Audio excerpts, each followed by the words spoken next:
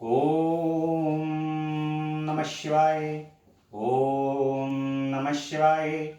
ओम नमः शिवाय। आज भगवान की शिव कथा का अष्टम दिवस है। कल सप्तम दिवस में हमने कथा में श्रवण किया कि हम किस प्रकार से भगवान शिव के पूजन के द्वारा अपने जीवन को धन्य कर सकते हैं और वैकुंठ आदि की उत्पत्ति किस प्रकार हुई, सृष्टि की उत्पत्ति किस प्रकार हुई। आज के प्रसंग में पापी गुणनिधि की कथा का वर्णन किया जाए। में पापी गुणनिधि की कथा में ब्रह्मा जी ने नारद से कहा कि जिस प्रकार शिव जी कैलाश पर गए तथा कुबेर से जिस प्रकार मित्रता हुई वह प्रसंग सुनो। कौपिल्य नगर में यज्ञदत्त नाम का एक ब्राह्मण रहता था। वह विद्या में बहुत पारंगत था। उसका एक पुत्र था जिसका नाम गुणनिधि था। 8 वर्ष की आयु में उसका यज्ञोपवीत संस्कार कर दिया गया। वह अनेक विद्याओं का ज्ञाता भी बन गया था, परंतु उसमें कुछ दुर्गुण भी आ गए थे, जैसे जुआ खेलना, गाने बजाने वाली महफिलों में जाना। माता पिता के कहने पर भी वह अपने पिता के पास नहीं जाता था। पिता दीक्षा या यज्ञादि से निवृत्त होकर लौटने पर पत्नी से जब यह पूछते थे कि गुणनिधि कहाँ गया है, तो माता उत्तर देती थी कि यहीं कहीं अभी अभी चला गया है। शायद पूजा स्नान या देवताओं के लिए फूल आदि लेने गया होगा। माता अपने अकेले पुत्र गुणनिधि को प्रतिदिन समझाती, परंतु वह नहीं सुना।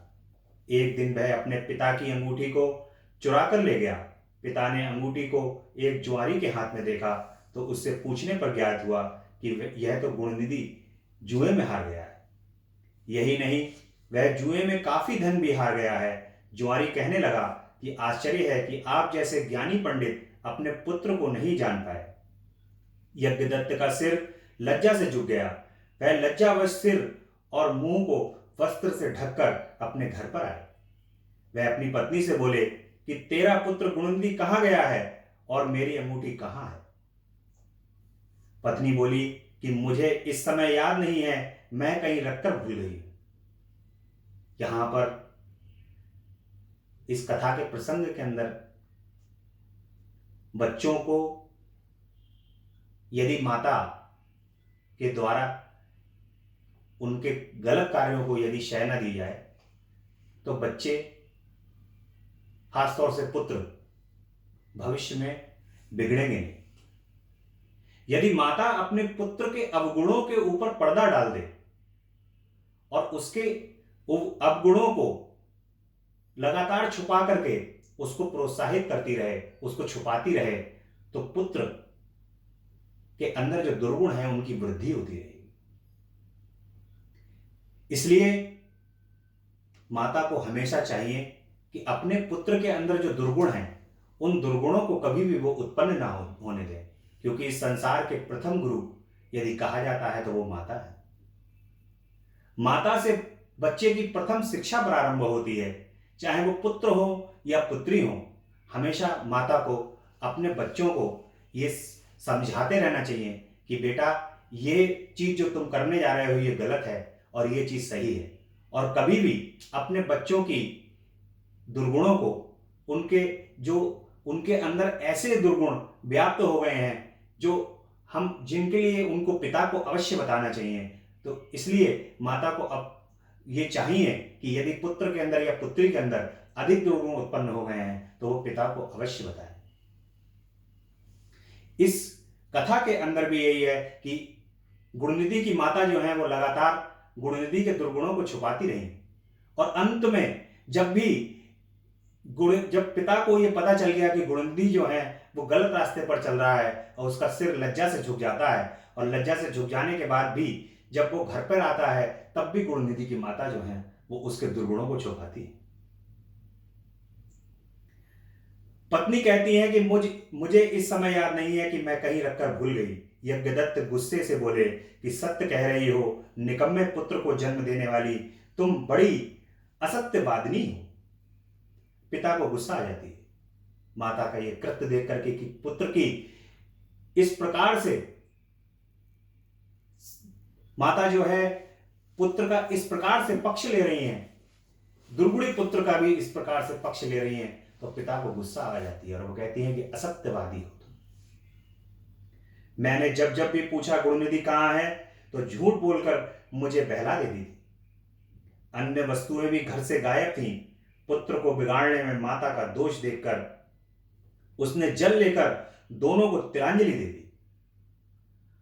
यज्ञदत्त इतने अप्रसन्न हुए, इतने हृदय से इतने कुंठित हुए कि उन्होंने माता का और पुत्र का दोनों का हाथ में जल लेकर तिलांजलि देकर त्याग कर दिया तथा किसी दूसरी ब्राह्मण कन्या से विवाह कर लिया। जब यह समाचार ब्राह्मण पुत्र गुणनिधि को मिला तो वह गृह त्याग कर वन में चले गए। कभी माता की ममता तथा पिता की धर्मज्ञता का स्मरण करके वह अपनी मूर्खता पर पश्चाताप करने लगे। वहां से गुणनिधि भी चले जाते हैं और जिस समय माता पिता हमारे सामने होते हैं उस समय हमें उनकी महत्ता समझ में नहीं आती, और जब हमारे माँ बाप नहीं होते हैं तब हमें उनकी महत्ता समझ में आती है कि हमारे माँ बापों ने किस प्रकार से कष्ट को उठा करके हमें पाला है, पोसा है और हमारे जीवन को सही रास्ते पे ले जाने का प्रयास किया है। हमारे जीवन सही चल सके इसलिए माँ बापों ने कितने जीवन के अंदर दुखों को उठाया है। ये इस बात का पता व्यक्ति तब स्मरण कर पाता है कि जब उसके माँ बाप उसके पास नहीं होते। तो इसलिए इस समय पर सभी को चाहिए कि अपने माता पिता की जिस प्रकार से वो सेवा कर सकें जब वो जीवित हों, तो उस प्रकार से उनकी सेवा करनी चाहिए, उनकी आज्ञा का अनुसरण करना चाहिए।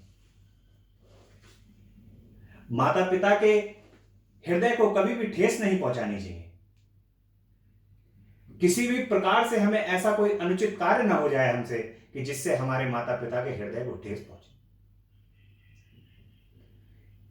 तब गुणनिधि जब जंगल में चले जाते हैं तब उनको वहां पर मां की ममता की याद आती है कि मेरी माता किस प्रकार से मुझे सारे मेरे जितने दुर्गुणों पर पर्दा डालकर मेरा पक्ष करती थी, मुझे ममता करती थी। मेरे पिता किस प्रकार से धर्मज्ञ थे और वो धर्मज्ञता से अपने जीवन को व्यतीत करते थे। उनको अंदर से आत्मग्लानि होती और अपनी मूर्खता पर पश्चाताप करते हैं। इस प्रकार चिंता से व्याकुल होकर सायंकाल को एक शिव मंदिर के पास जाकर बैठ जाते हैं। वह भूख प्यास से व्याकुल हो रहे थे। उसी समय कोई व्यक्ति सपरिवार शिवरात्रि का पूजन करने आया। उसने पूजा करने के बाद घर से आए पकवान आदि शिवलिंग पर चढ़ाए और वहीं सभी सो गए। तब रात्रि में भूख से व्याकुल यज्ञदत्त के पुत्र गुणनिधि ने छिपकर मंदिर में प्रवेश किया और शिवलिंग पर चढ़ाया गया प्रसाद लेकर चंपत हो लिए। परंतु उसी समय उनके पैरों की आवाज से सभी लोग जाग गए। जब व्यक्ति भूखा होता है तो उसको यह नहीं दिखाई देता कि कौन सी वस्तु हमें कहां से उठा करके खानी है, क्योंकि भूख और प्यास, जिस समय कभी कभी ऐसा होता है हम लोगों को निरंतर भोजन मिलता रहता है कि हमारा टाइम है बंधा हुआ कि हम शाम को 7 बजे खाना खा रहे हैं या 8 बजे खाना खा रहे हैं, तो शाम को 7 बजे या 8 बजे की जगह 8:30 या 9 बज गए तो हमें ऐसा लगता है कि हमें बहुत तेज भूख लग गई। एक बात और भी यहां पर प्रसंग के तौर पर ये मैं कहना चाहूंगा कि हमें ये पता होना चाहिए सदैव भूखे रह करके कि भूख की क्या हमारे लिए महत्ता है। भूख जो है वो कितनी महत्वपूर्ण है। जिन लोगों को भूख नहीं लगती है वो अनेकों रोग से ग्रसित हो जाते हैं।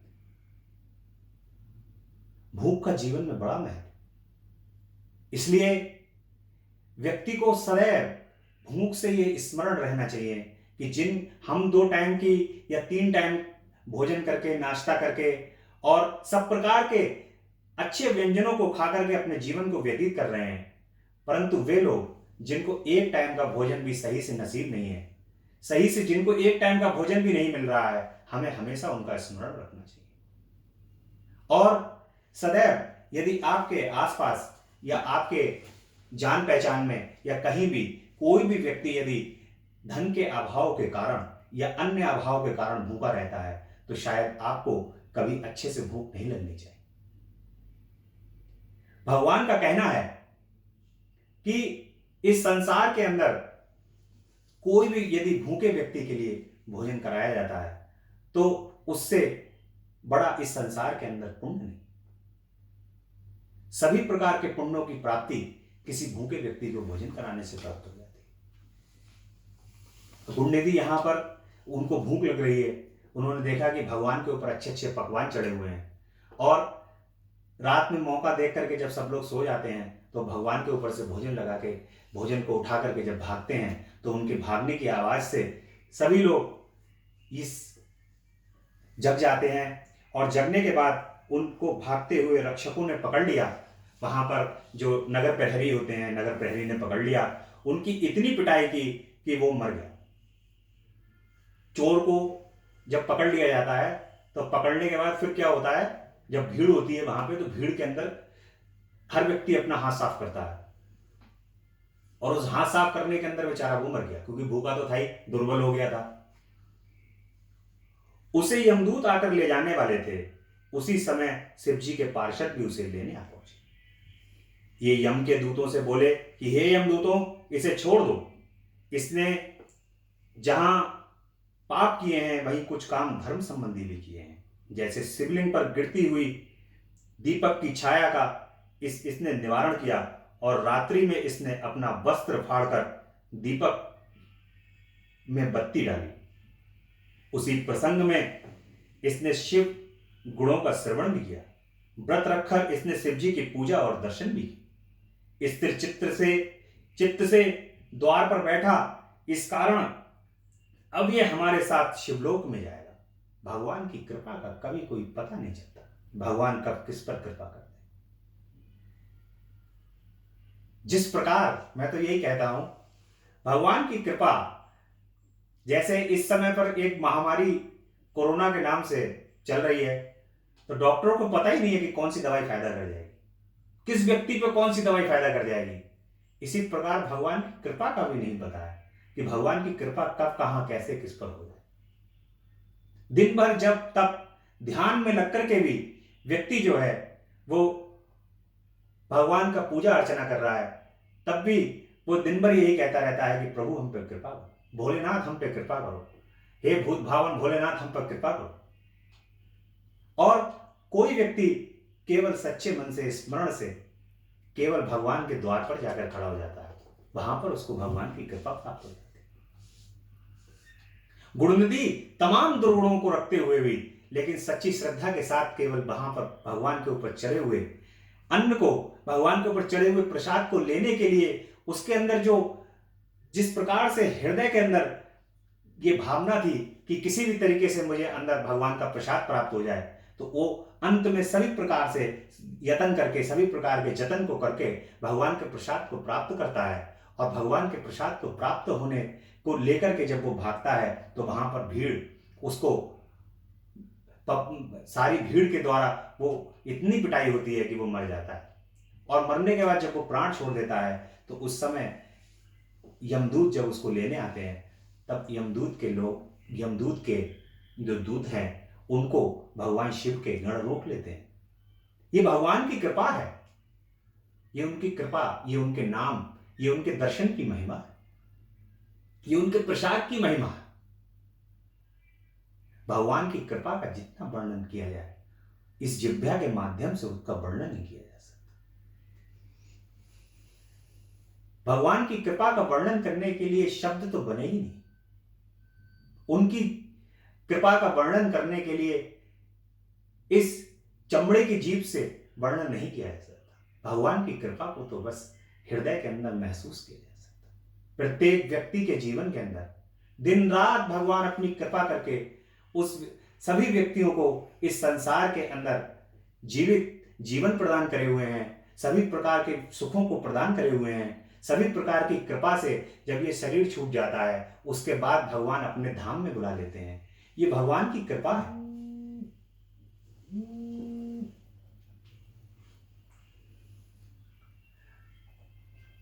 भगवान फिर इस कारण शिव के गण जो है वो कहते हैं कि ये शिवलोक में जाएगा, ये वहां कुछ समय रहकर पुनः कलिंग देश का राजा बनेगा।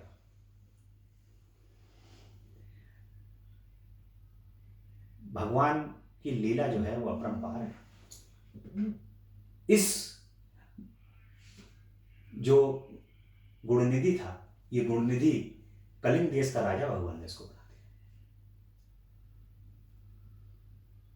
किस प्रकार से आप भगवान की कृपा का, जिस प्रकार से आप नहीं वर्णन कर सकते हैं, क्या शब्द नहीं है उनकी कृपा के वर्णन को करने के लिए। शिवगणों की बात सुनकर यम के दूत अपने लोक को चले गए। जब ये समाचार उन्होंने यमराज को सुनाया तो वो बड़े प्रसन्न हुए। वह शिवलोक में कुछ समय रहकर अरिंदम नाम के कलिंग देश का राजा हुआ। शिव जी की थोड़ी सी सेवा भी बहुत फलदायक होती। भगवान शंकर इतने दयावान हैं, इस संसार के अंदर सभी प्रकार के वैभव को प्रदान करने वाले। उनकी कथा, श्रावण मास में इस कथा को सुनने का भी एक अलग महत्व है। YouTube के माध्यम से हमारे जो भी भक्त इस कथा को सुन रहे हैं, ये कथा केवल अपने ही लिए सुनने के लिए नहीं है। इस कथा को दूसरों को जितना सुनाया जाएगा, जितने लोग इसको सुनकर के अपना कल्याण करेंगे, ये समझिए कि उसी के पीछे आपका कल्याण छुपा हुआ है। इस कथा को जितने लोगों तक ये कथा पहुंचेगी, जितने लोग इस कथा को सुनेंगे, भगवान की इस कृपा को जितना लोग सुनेंगे कि इसके अंदर किस प्रकार से भगवान जरा से इतने दुर्गुण रखने वाले लोगों के अंदर भी के ऊपर कैसी कृपा कर देते हैं भगवान। यदि इस कथा को सब लोग सुनेंगे तो सबका कल्याण होगा। भगवान की कथा को सुनकर सभी लोग अपने जीवन को धन्य करेंगे। और ये कार्य यदि आप एक व्यक्ति से दूसरे व्यक्ति और एक तीसरे व्यक्ति से चौथे व्यक्ति तक जैसे जैसे आप इस कथा को पहुंचाते रहेंगे, वैसे वैसे उनका तो कल्याण होगा ही होगा, सबसे पहले आपका हो जाएगा। तो YouTube के माध्यम से इस कथा को सभी लोग शेयर करें और सब्सक्राइब करें, और शेयर और सब्सक्राइब करने के साथ दूसरों को भी इस कथा को सुनवाएं। भगवान की महिमा सब तक पहुंचे, इस कथा को हम सब श्रवण कर रहे हैं। ये शिव पुराण की कथा के अंदर भगवान का स्वयं भगवान की वाणी है, स्वयं भगवान के उपदेश हैं। ये भगवान के उपदेश जब हम पढ़ते हैं तो ये स्वयं भगवान के उपदेश, तो ये भगवान के उपदेश सभी जन जन तक पहुंचे, सभी लोगों तक पहुंचे, सभी उनकी महिमा को जाने, ये हमारा उद्देश्य। गुणनिधि को कुबेर पद की प्राप्ति हो जाती। ब्रह्मा जी ने नारद जी को बताया कि जब मेरा प्रथम कल्प पूरा हुआ तब उसमें मेरे मानस पुत्र पुलस्त से विश्रवा नाम का जन्म हुआ। विश्रवा से के वैश्रवसण पुत्र हुए। उसने अलकापुरी का शासन किया। उसने उग्र तप करके शिव जी की आराधना की। उस समय दवाहन कल्प शुरू हो चुका था। वैश्रवसण के तप से प्रसन्न होकर भगवान शिव ने उससे वर मांगने के लिए कहा। शिव जी के तेज से वैश्रव के नेत्र बंद हो गए थे। उसने वरदान मांगा कि मेरे नेत्रों में आपके चरण कमलों के दर्शन हो जाए। वाह भाई वाह। भगवान के यदि किसी को भी इस जीवन के अंदर, कुछ लोग आपने देखा होगा, तमाम तरीके के आपने सीरियल भी देखे होंगे, तमाम तरीके के भगवान की कथाएं भी पढ़ी होंगी। लोग होते हैं वो भगवान से मांगते हैं कि हे प्रभु मुझे अमर कर दो। कोई कहता है कि मुझे तीनों लोकों का स्वामी बना दो। कोई कहता है कि मुझे कहीं का राजा बन जाऊं। जीवन के अंदर यदि भगवान के यदि सामने है और उनसे इस प्रकार की मनोकामनाएं मांग ली तो इससे बड़ी मूर्खता जीवन में नहीं। भगवान से सदैव उनकी कृपा को मांगना चाहिए, उनके श्री चरण कमल के स्नेह को मांगना चाहिए, श्री चरण कमल के सानिध्य को मांगना चाहिए। वैसा ही वैश्वानर ने किया और कहा कि हे मुनियों, यह वही यज्ञदत्त का पुत्र गुणनिधि ही था जो शिव जी की सेवा करके अलकापुरी का राजा बना था। किस प्रकार से भगवान की कृपा से आप देखें गुणनिधि कहां से कहां पहुंच करके भगवान की कृपा को प्राप्त करता है। परंतु वहां शिव जी के साथ पार्वती को देखकर उसने क्रूर दृष्टि की, इससे उसका बायां नेत्र फूट गया। शिव जी ने पार्वती से कहा कि यह तुम्हारा पुत्र है, यह अब तुम्हें क्रूर दृष्टि से कभी नहीं देखेगा, इस कारण मैं इसे निधियों का स्वामी बना देता हूं, ये ग्रह का अधिपति होगा। इतना कहकर भगवान शिव ने उसे धनपति का पद दिया और उससे पार्वती के चरणों में प्रणाम कराया। पार्वती ने प्रसन्न होकर उसे वरदान दिया कि हे पुत्र, तुम्हारी शिवजी में निर्मल भक्ति बनी रहे। इस प्रकार शिवजी ने उसे वैश्वेश्वर नामक स्थान में कुबेर बनवाकर अलकापुरी का स्वामी बना दिया। ये कुबेर जी की भी कहानी और स्वयं उसके पास में ही कैलाश को अपने रहने का स्थान बनाया। तो भगवान की कृपा से कौन सा व्यक्ति कहां पहुंच जाए ये भगवान ही जानते हैं। इतना सब कुछ होने के बाद भी जगदम्बा की कृपा दृष्टि, क्योंकि जगदम्बा किसी के पापों को देखती नहीं। जगदम्बा के दरबार जो है वो अंधाधुंध है, वहां पाप नहीं देखे जाते। जगदम्बा के दरबार में तो केवल निर्मल मन को देखा, आप उपस्थित हो जाए यही देखा जाता है। क्यों, मां तो मां, तो इसलिए जगदम्बा पार्वती ने उनको क्षमा किया और क्षमा करने के बाद अलकापुरी का कुबेर बनाकर भेज दिया। भगवान सदाशिव का कैलाश पर गमन होता है। ब्रह्मा जी नारद जी से बोले कि अब ये व्याख्यान सुनो कि जिस प्रकार कुबेर कैलाश पर तपस्या करने आए थे तथा उनके तपोबल के कारण भगवान शिव वहां पहुंचे थे, कुबेर के तप से रुद्र वहां पहुंचे और जोर जोर से अपना डमरू बजाने लगे, जिसकी ध्वनि त्रिलोक में पहुंचने लगी। वहां पर ब्रह्मा, विष्णु एवं शिव जी अपने असंख्य गणों के साथ ब्रह्मा जी के अंश से उत्पन्न रुद्र के दर्शन करने हेतु आए। कुबेर ने शिव जी का पूजन किया तथा उनका आलिंगन किया और अलकापुरी के नजदीक ही उनका निवास बनाया। वहां पर शिव जी की आज्ञा से विश्वकर्मा ने अनेक भवन बनाए। शिव जी सिंहासन पर आरूढ़ हुए तथा ब्रह्मा, विष्णु और देवताओं से उनकी स्तुति की। शिव जी ने सबकी मनोकामनाएं पूर्ण की। सभी प्रसन्नता पूर्वक अपने अपने निवास स्थानों को प्रस्थान कर। बहुत भगवान का ये रुद्र संहिता का में सती खंड आता है, ये तृतीय खंड है। जगदम्बा सती के इस चरित्र का वर्णन है। बहुत सुंदर वर्णन है मां का। और ये कथा जो है वो आज प्रारंभ होती है। नारद जी ने बोल जगदम्बा रानी की जय। सर्वमंगल मंगल्ये शिवे सर्वार्थ साधिके शरण्ये त्र्यंबके गौरी नारायणी नमस्तुते। नारद जी ने ब्रह्मा जी से पूछा कि आप शिव कृपा से सर्वज्ञ हैं, अतः आप मुझे यह बताने की कृपा करें कि शिव जी सती के साथ विवाह करके गृहस्थ कैसे बने। सती जी तो पहले दक्ष की कन्या थी तथा बाद में हिमालय की पुत्री बनी। सती का चरित्र बताने की कृपा करें महाराज। ब्रह्मा जी नारद जी से बोले कि पहले मेरे यहाँ एक कन्या हुई जिसको देखकर मैं काम से पीड़ित हो गया। तब भगवान रुद्र ने मुझे धिक्कारा। मैंने तपस्या द्वारा शिव जी की आराधना की। शिव शंकर ने मुझे तरह तरह से समझाया मैंने शिव जी को मोह में डालना चाहा।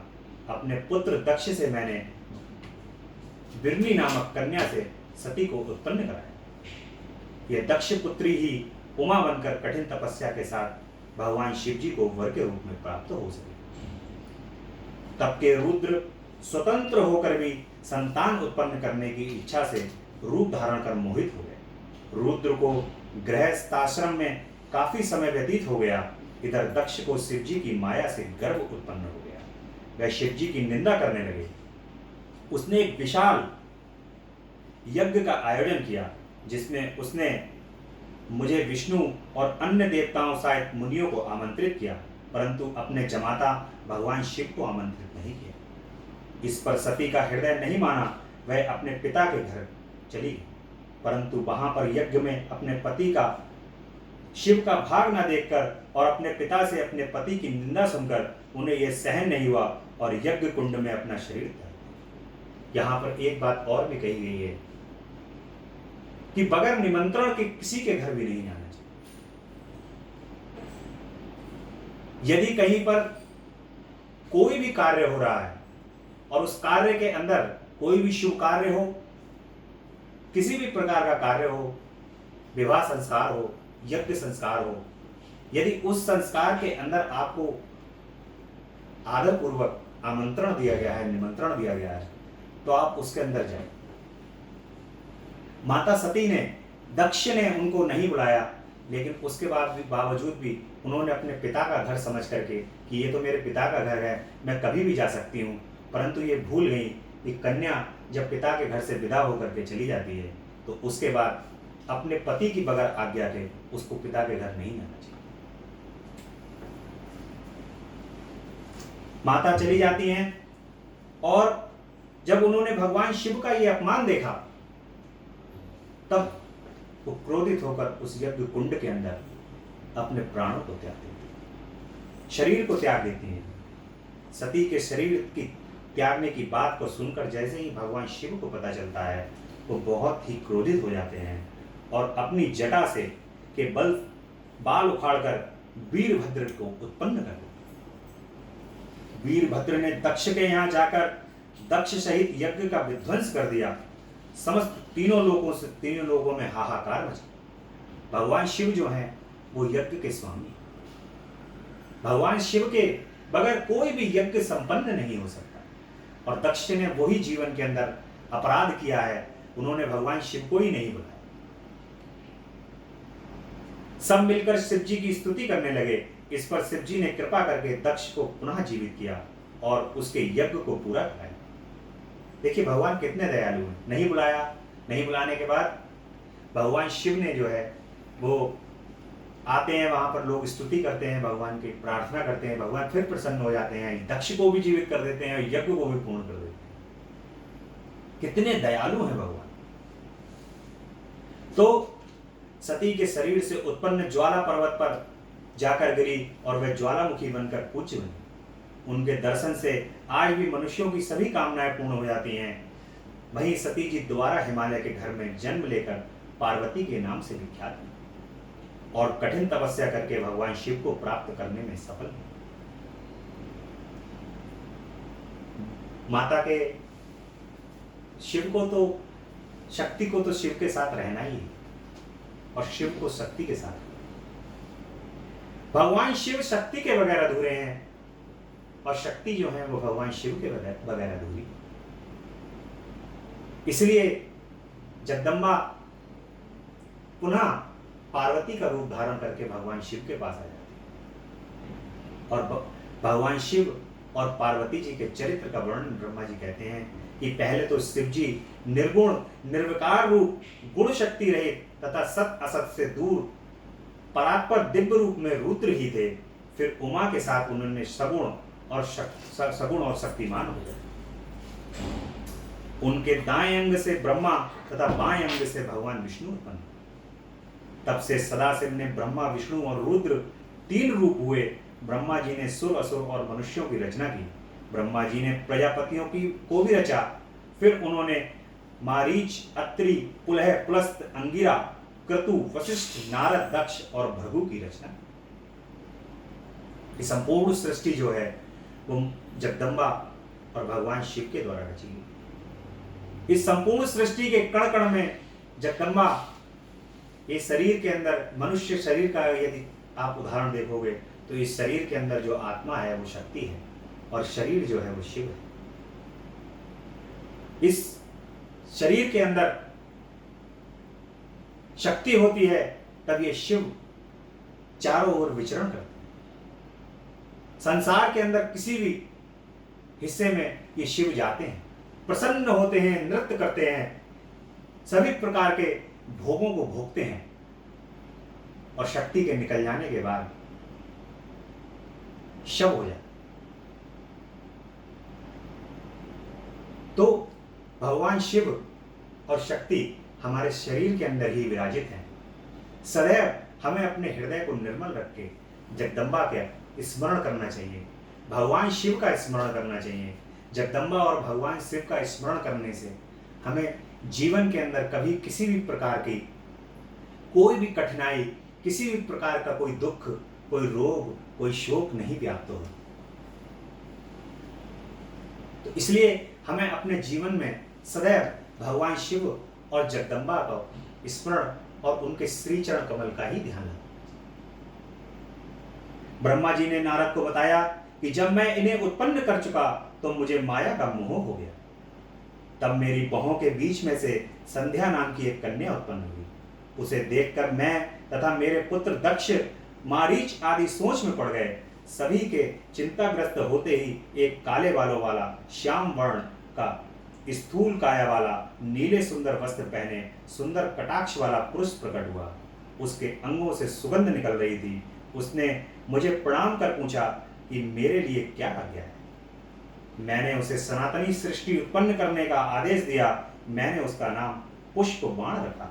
मेरे पुत्र भी तत्व रूप से तुम्हारा स्मरण करेंगे। यह कहकर ब्रह्मा जी मौन हो गए। ब्रह्मा जी का काम संवाद।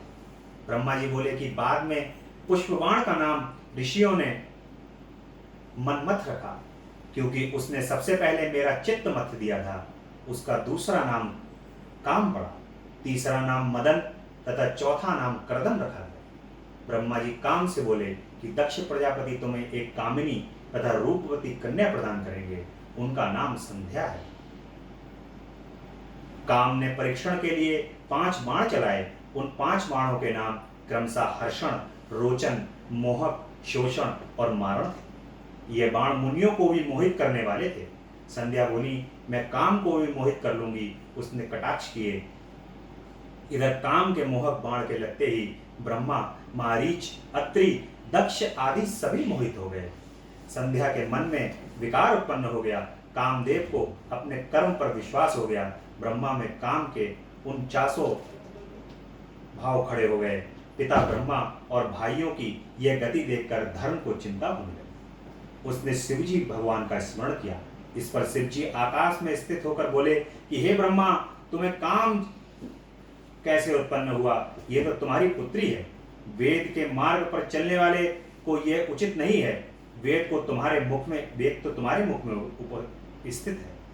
तुमने इस सत्य के मार्ग को क्यों भुला दिया? फिर मारीच, दक्ष आदि को भी समझाया। तब ब्रह्मा जी लज्जा के मारे लज्जित हुए। ब्रह्मा जी का विवाह टूट गया। उससे पितृगणों की उत्पत्ति हुई। दक्ष के पसीने से एक सर्वगुण संपन्न कन्या पैदा हुई। वह रति के नाम से प्रसिद्ध हुई। उसे देखने मात्र से क्रतु आदि के वीर स्खलित हो गए। उस वीर से अन्य पितरों की उत्पत्ति हुई।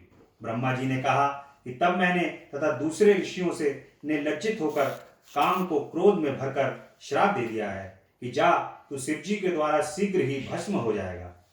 तब काम ने ब्रह्मा जी से क्षमा मांगी। ब्रह्मा जी बोले, तू भस्म होकर पुनः शिवजी के द्वारा विवाह करने पर शरीर को धारण करेगा। इतना कहकर ब्रह्मा जी अंतर्ध्यान हो गए और सभी मुनि आदि भी अपने अपने स्थानों को चले गए। कामदेव का विवाह जो है वो रति से होता है।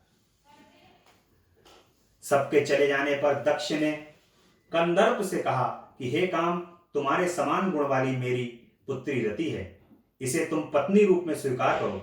रति से विवाह करके कामदेव अति प्रसन्न हुए। उस समय कामदेव ब्रह्मा के श्राप को भूल गए। इसी से दक्ष ने कुछ न कहकर रति के साथ विवाह रचा लिया। उस समय महान सुखकारी उत्सव हुआ एवं अपनी कन्या को प्रसन्न देखकर दक्ष भी खुश हो गए। दक्ष की पुत्री है रति। रति के साथ कामदेव का विवाह हो जाता है। ब्रह्मा जी के से कामदेव की उत्पत्ति होती है और कामदेव जो है वो अपने जो बाण चलाते हैं, उस बाण से इस पूरी सृष्टि के अंदर सभी लोग जो हैं उन बाणों से ग्रसित हो जाते हैं। इस संसार के अंदर इंद्र आदि देवता जब इस पृथ्वी लोक पर घोर तपस्या यज्ञ आदि करने वाले ऋषियों और मुनियों को, तपस्वियों को देखते हैं तो उस समय उनको ये चिंता उत्पन्न होती है कि कहीं ऐसा ना हो कि ये कहीं इंद्रासन ना मांग ले भगवान। प्रसन्न इतने भगवान, क्योंकि भगवान तो वरदान देते समय सोचते ही नहीं है। तो जब उनको चिंता उत्पन्न होती है तो उस समय वो कामदेव का सहारा लेकर के सबकी तपस्या को भंग करने की, मार्ग से हटाने की कोशिश करते हैं। लेकिन जो व्यक्ति भगवान के श्री चरण कमल के अंदर आस्था रखता है, भगवान के श्री चरण कमल के अंदर श्रद्धा रखता है, अपने भगवान पर जिसको भरोसा है, वो संसार के अंदर आने वाले किसी भी प्रकार के प्रलोभन, किसी भी प्रकार के काम से रहित होकर भगवान के श्री चरण कमल को ही देखता है। इसलिए इस संसार के अंदर जो भी माया है, उस माया को अपने भगवान के श्री चरण कमल को देखना चाहिए।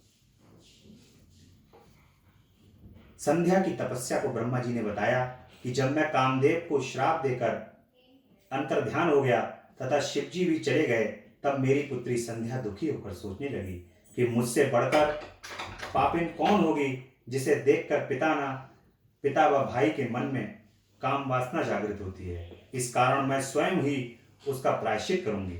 संध्या ने चंद्रभागा नदी के तट पर स्थित होकर चंद्रभागा पर्वत पर जाकर तपस्या करी और ब्रह्मा जी बोले कि जब मैंने अपने पुत्र वशिष्ठ के यहाँ संध्या को दीक्षा देने के लिए भेजा, वशिष्ठ जी ने संध्या को भगवान शंकर का मंत्र जप करने के लिए कहा। इससे तुम्हारे सभी मनोरथ पूर्ण होंगे। ओम नमः शिवाय मंत्र से ओम को बार में लगाकर मौन धारण कर जप करो तथा मौन रखकर ही स्नान करके शिव जी का पूजन करो। आहार के रूप में केवल जल ग्रहण करो, इससे तुम्हारी तपस्या फलदायक बन जाएगी। भगवान शिव तुम्हारी सभी मनोरथों को पूरा करेंगे। इस प्रकार संध्या को वशिष्ठ जी ने तपस्या की सारी विधियां बताई। गुरु की कृपा से इस संसार के अंदर भगवान की प्राप्ति होती है। यदि गुरु रास्ता दिखा दें तो भगवान की कृपा और भगवान की प्राप्ति सहज ही हो जाती है। भगवान श्री गुरुदेव अपनी कृपा से सहज ही भगवान के दर्शनों को करा देते हैं। भगवान श्री गुरुदेव सहज ही पूजा की विधि या अन्य विधियां बताकर अपने शिष्यों को उस रास्ते पर चला करके सहज ही भगवान के दर्शन करा देते हैं। जो रास्ते दुर्लभ हैं, जिनके बारे में सोचा भी नहीं जा सकता, भगवान श्री गुरुदेव की कृपा से सहजता से प्राप्त होते हैं। ऐसा ही संध्या के साथ होता है। वशिष्ठ जी की कृपा से भगवान शिव को मंत्र का जाप करने का तरीका और भगवान शिव का प्राप्ति किस प्रकार होगी तरीका बता देते हैं। ब्रह्मा जी कहते हैं कि वशिष्ठ जी के चले जाने पर संध्या विधि पूर्वक तपस्या को करने लग जाती हैं और शिव जी में चित्त लगाए संध्या को एक चतुर्युगी समय व्यतीत हो जाता है। आकाश में स्थित होकर संध्या को दर्शन देते हैं और संध्या इतनी प्रसन्न हुई कि उसने अपने नेत्र बंद कर लिए। तब शिव जी ने संध्या के हृदय में प्रवेश करके उसे दिव्य वाणी और दिव्य नेत्र प्रदान कर दिए। भगवान देखिए, भगवान की कृपा ऐसी है कि वो जो चाहें वो कर सकते हैं। उससे बोले कि मैं तुम्हारी तपस्या से प्रसन्न हूं, तुम मुझसे इच्छा अनुसार वरदान मांग सकती हो। संध्या भगवान शिव को बार बार प्रणाम करके बोली कि हे प्रभु, यदि मैं पूर्व पाप से मुक्त हो गई हूं तो आप मुझे यह वरदान प्रदान करें कि प्राणी उत्पन्न होते ही काम वासना से ग्रस्त ना हो। दूसरा वर यह प्रदान करो कि मैं तीनों लोकों में पतिव्रता नारी जानी जाऊं। मेरा पति काम वासना से ग्रस्त ना हो तथा मित्र भाव के समान हो एवं जो भी मुझे काम वासना से देखे वह नष्ट हो जाए और नपुंसक बन जाए। भगवान शिव जी ने तथास्तु कहकर संध्या से पुनः कहा कि हे पुत्री, अब मैं मनुष्यों की आयु को 4 भागों में विभाजित करता हूं। शैशव, कुमार, यौवन और वृद्ध। प्राणी जब यौवन अवस्था में आएगा तब ही उसमें काम वासना जागृत होगी। जब कोई भी प्राणी जन्म लेते ही कामी नहीं होगा। इस त्रिलोकी में सर्वश्रेष्ठ सती होगी। तेरे पति के अतिरिक्त यदि अन्य पुरुष तुझे काम वासना से देखेगा तो वह नपुंसक हो जाएगा। तेरा पति 7 कल्पों तक जीवित रहेगा और बड़ा भाग्यवान होगा। तुम्हारा अग्नि में जलकर भस्म होना निश्चित है। देखो, मेधातिथि ऋषि 12 वर्ष से ये यज्ञ कर रहे हैं। तुम उनकी यज्ञाग्नि में जाकर भस्म हो जाओ। इसी पर्वत के नीचे मेघातिथि तपस्या में लीन होकर यज्ञ कर रहे हैं। तू जैसा पति चाहे वैसा संकल्प मन में धारण करके अग्नि में प्रवेश कर जा। तू पुनः तपस्या करेगी और त्रेता में दक्ष की कन्या बनकर यथा योग्य व्यक्ति के संग ब्याही जाएगी। भगवान इस प्रकार से आशीर्वाद दे देते हैं। भगवान शिव जी के बताने पर संध्या मेधातिथि के यज्ञ में पहुंची। भगवान शिव जी द्वारा भेजे जाने के कारण मेधातिथि को किसी ने नहीं देखा। ये यज्ञ की अग्नि में कूद गई और उसे कूदते हुए भी कोई नहीं देख सका। उसका शरीर यज्ञ की अग्नि में तुरंत भस्म हो गया। अग्नि ने उसके शरीर को जलाकर सूत्र ने उसके शरीर को अपने रथ में स्थापित कर लिया और उसके शरीर का ऊपरी भाग रात्रि और दिन के बीच में होने वाली प्रातः काल की संध्या हो गया और शेष नीचे का भाग पितरों की प्रसन्नता के लिए दिन का अवसान वाली संध्या हो गया। उसके प्राणों को भगवान शिव ने अपने दिव्य शरीर में स्थापित कर लिया। इधर जब यज्ञ की समाप्ति हुई तो ऋषियों ने तप्त स्वर्ण के समान कांति वाली कन्या को अग्नि में देखा। इस पर मेघातिथि ने उसे अपनी गोद में उठा लिया तथा यज्ञ के जल से स्नान कराया और उसका नाम अरुंधति रखा। मुनि उसे अपनी निधि मानकर आश्रम में उसका पालन पोषण करने लगे। यह अरुंधति 5 वर्ष की हो गई तो ब्रह्मा, विष्णु, महेश ने आकर उनका विवाह वशिष्ठ से संपन्न करा दिया। अरुंधति से वशिष्ठ के 100 श्रेष्ठ पुत्र उत्पन्न हुए। आज भी आसाम में वशिष्ठ ऋषि और अरुंधति जी का आश्रम है। बहुत ही शांत। मुझे अपने जीवन के अंदर वहां पर दर्शन करने का सौभाग्य प्राप्त हुआ। बहुत शांत जगह है। बहुत ही अच्छा लगता है वहां पर जाकर के। बहुत प्रसन्नता होती है, हृदय को बहुत शांति प्राप्त होती है। ब्रह्मा जी अब कामदेव को वरदान देते हैं। ब्रह्मा जी ने नारद को बताया कि जब संध्या को देखने मात्र से शिव ने मुझे फटकारा था, तब से मैं शिव जी की माया से मोहित होकर ईर्ष्या करने लगा। मन में ईर्ष्या रखकर मैं मारीच, दक्षादि पुत्रों के पास जाकर बोला कि तुम्हें पता है कि शिव जी ने स्त्री को देखने मात्र से मुझे खूब धिक्कारा था। उस घटना से मैं आज तक दुखी हूं। अथा जब तक महादेव कोई स्त्री ग्रहण न कर लें तब तक मेरे हृदय को शांति नहीं मिलेगी। क्या तुम मेरे कष्ट को दूर करने में कोई उपाय कर सकते हो? हे नारद, मैं इस प्रकार कह रहा था कि उसी समय कामदेव रति सहित पधारे। मैंने कामदेव की प्रशंसा करके उसने कहा कि हे पुत्र, तुम संसार में किसी प्रकार शिव जी को मोहित करो। तुम्हारे लिए इसके अतिरिक्त और कोई कार्य नहीं हो सकता।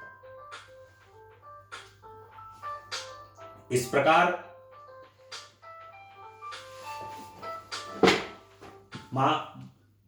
प्रकार कामदेव ने कहा कि मैं महादेव को मोहित तो कर सकता हूं, परंतु स्त्री का निर्माण तो आपको ही करना पड़ेगा।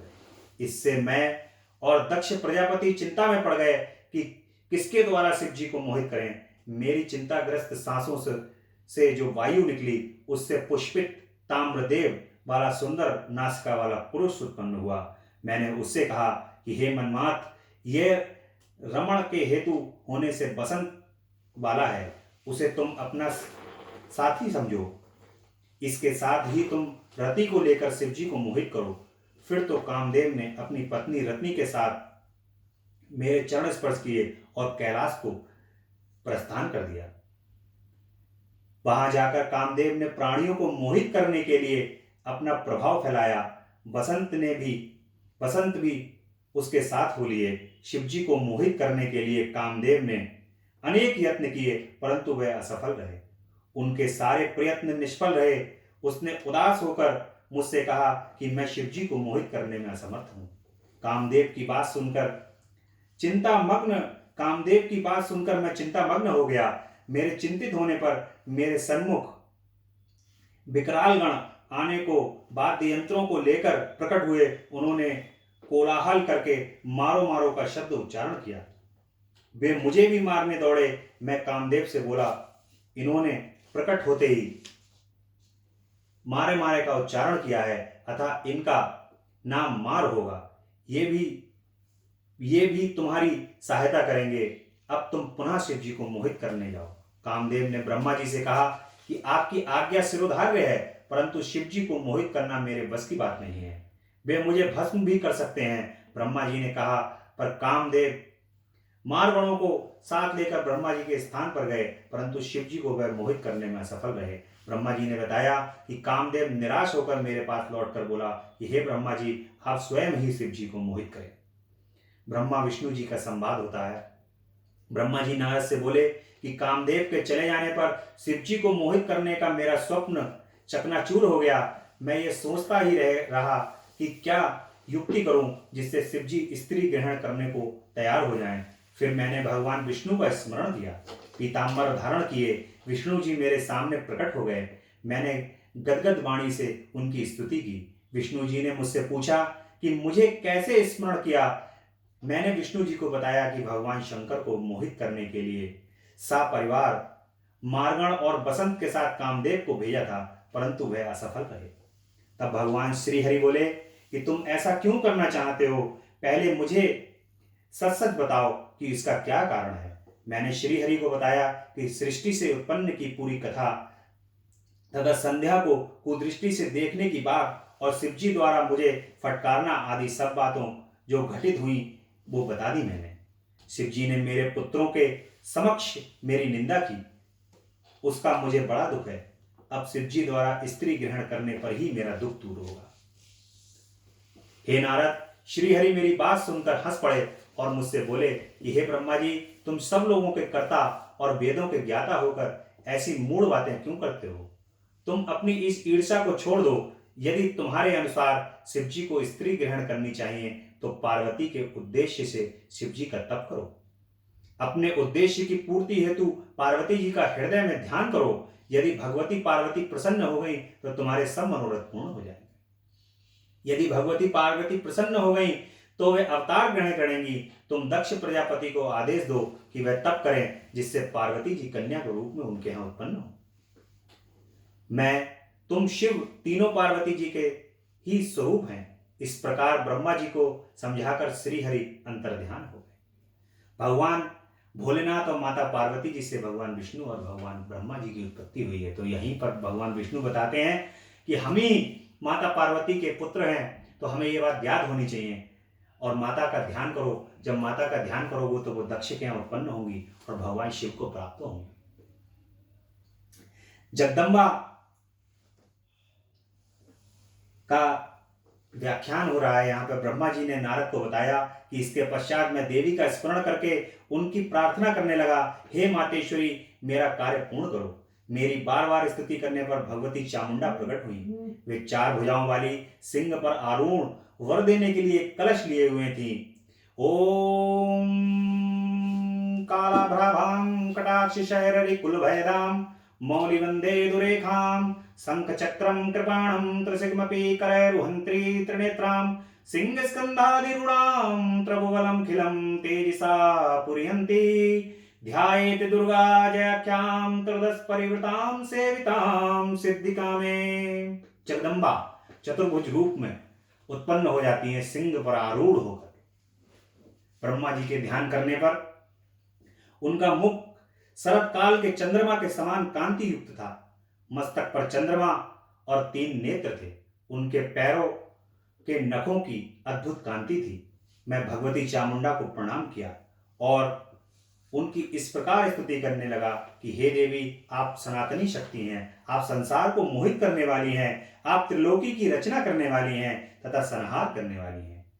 तुम गणों से परे हो, योगियों से पूजित एवं उनके हृदय में वास करने वाली हो तथा योगियों के आवाहन पर प्रकट होने वाली हो। जगदम्बा, आपको मेरा प्रणाम। जगदम्बा मुझसे बोली कि आप किस लिए मुझे स्मरण कर रहे हैं, मुझे शीघ्र बताओ। मैंने उनसे कहा कि हे सर्वज्ञदात्री, मेरा ये मनोरथ मेरे मस्तिष्क से उस समय निकला था जब मैंने भोले शंकर रुद्र नाम से योगी बनकर कैलाश पर निवास करने लगा था। वे समाधि लगाकर तपस्या में लीन थे। वे पत्नी विहीन होकर भी दूसरा विवाह करना नहीं चाहते थे, अतः किसी भी प्रकार उन्हें मोहित कर कीजिए। आप दक्ष प्रजापति की कन्या बनकर भोले शंकर की पत्नी बन जाइए। जिस प्रकार आपने विष्णु जी को लक्ष्मी बनकर उत्पन्न किया है, उसी प्रकार आप पार्वती बनकर शिव जी को भी प्रसन्न कीजिए। स्त्री के कारण ही शिव जी ने मेरी निंदा की। अब मैं देखना चाहता हूं कि वे स्वयं ही स्त्री कैसे ग्रहण करेंगे। आपके अतिरिक्त उन्हें मोहित करने की शक्ति किसी अन्य में नहीं है माता। यह सुनकर भगवती जगदम्बा चिंतित होकर आश्चर्य व्यक्त करते हुए बोली, अरे विश्व सृष्टा ब्रह्मा, तुम अज्ञानियों की तरह यह कार्य किस लिए कर रहे हो? उन निर्विकार शंकर को मोहने में क्या लाभ होगा? मैं तो हमेशा उनकी वशवर्तनी और दासी हूं। उन्होंने भक्तों के लिए ही रुद्र का रूप धारण किया है। वे तो माया के स्वामी हैं। फिर देवी ने मन में सोचा कि यदि उन्हें वर प्रदान करती हूं तो देव मार्ग भ्रष्ट हो जाएगा, और यह सोचकर उन्होंने शिव जी का स्मरण किया। शिव जी से आज्ञा पाकर उन्होंने कहा कि तुम्हारा कहना सत्य है, उन्हें मोहित करने वाला कोई भी नहीं है, परंतु शिव जी की आज्ञा से तुम्हारा मनोरथ पूर्ण करने के लिए मैं दक्ष की कन्या के रूप में प्रकट हो जाऊंगी। इतना कहकर भगवती जगदम्बिका अंतर्ध्यान हो गई। जगदम्बा चली जाती। अब जगदम्बा को भगवान शिव की ये लीला हो रही है, भगवान शिव की और जगदम्बा की मिलकर के। क्योंकि जगदम्बा एक लीला जो है वो माता सती के रूप में दक्ष के यज्ञ में भस्म होकर के पूर्ण हो चुकी है, और जगदम्बा को भगवान शिव के पास आना है, तो ये लीला जो है वो माँ रच रही हैं, और जगदम्बा इस लीला को रचने के लिए भगवान शिव के पास आ जाती हैं। और ये ब्रह्मा जी के मन के अंदर सारे ही विकार उत्पन्न होते हैं, और उन विकारों के उत्पन्न होने से ही जगदम्बा की स्तुति होती है, और वो आ जाती हैं, और वो शहर से ही स्तुति होने पर ये स्वीकार कर लेती हैं कि हाँ ठीक है, मैं दक्ष के यहाँ जाऊंगी, और दक्ष के यहाँ जाने के बाद भगवान शिव के को प्राप्त होंगी। क्योंकि ब्रह्मा जी के मन के अंदर जितनी भी चीजें हैं वो सारी माँ देख रही हैं, समझ रही हैं, लेकिन उनको भगवान शिव के पास जाना है, इसलिए माँ जो है वो ये सारी लीला कर रही है। अब कल हम पढ़ेंगे दक्ष के द्वारा माता की आराधना, देवी की आराधना, किस प्रकार से दक्ष जो है वो जगदम्बा की आराधना करते हैं। क्योंकि माँ जिस प्रकार से भगवान शिव बहुत जल्दी प्रसन्न हो जाते हैं, और अपने भक्तों को ये नहीं देखते हैं कि उनको मुझे ये वरदान देना चाहिए अथवा ये इस वरदान का करेगा क्या, इसी प्रकार से जगदम्बा भी अति प्रसन्न हो जाती है। भगवान शिव और जगदम्बा का स्वभाव एक ही है।